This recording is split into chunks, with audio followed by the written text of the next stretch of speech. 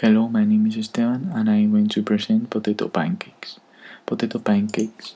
My ingredients for these recipes are 500 grams of peeled potatoes, 2 tablespoons of flour, 1 onion, 2 eggs, 2 tablespoons of oil, 2 or 3 tablespoons of milk, salt, and I don't use paper because I think it is not necessary.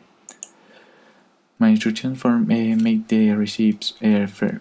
Grate potato and give the mass a good squeeze. Second, put potato into the large bowl, add an onion, egg, flour, salt, milk, oil and pepper, but we don't use paper. Third, heat some oil in the frying pan. Fourth, put some potato mass onto the frying pan with a tablespoon. Fry for 2 or 3 minutes, then flip them and fry on the other side. 5. Serve hot with sour cream. These are my results of the potato pancake.